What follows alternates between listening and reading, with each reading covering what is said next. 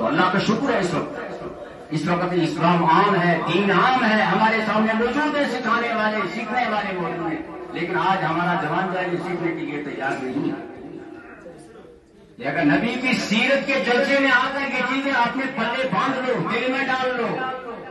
زبان پر مت رکھو، کانوں تک محدود مت رکھو، دل کی کانوں سے سنو، ظاہری کان سے سن کر اس کان سے سنا اسے نکال دے، اسے کوئی فائدہ نہیں۔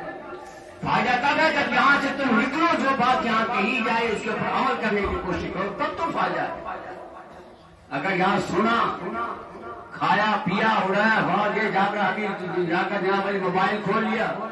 کہیں رنڈیوں کے ناچ دیکھ رہے ہیں، ننگی عورتوں کو دیکھ رہے ہیں، کہیں جہاں پپیاں کھیل رہے ہیں، کہیں کچھ ہو رہا ہے، کہیں کچھ ہو رہا ہے، سارا جو ہے یہ نوجوان خرافات کے اندر کیا نام بہ رہا ہے۔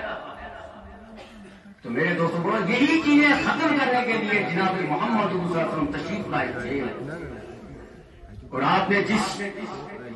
کیا نام لوگوں کے سامنے جب کہ دین پیش کیا تو انہوں نے سارا کچھ چھوڑ دیا۔ آپ نے پڑھا ہوگا، سنے گا، تو مجھ سے سب زیادہ جاننے والے کتنا بڑا شراب پیا جاتا تھا۔ جب اعلان ہوا کہ شراب کا نام حرام ہو گیا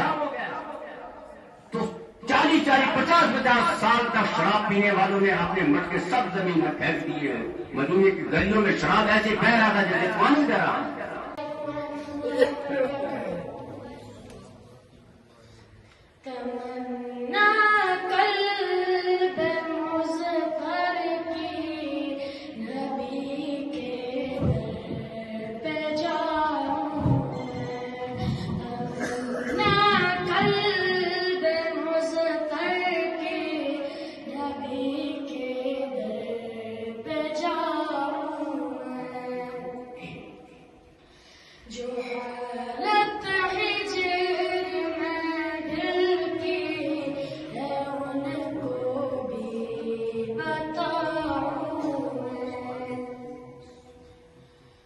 التجا کی کہ آئیے سب سے پہلے حضور اکرم صلی اللہ علیہ وسلم کی بارگاہ میں اور ایک مرتبہ درود پاک پیش کرتے ہیں، اور قریب آواز بلند اللہم صلی علی محمد و علی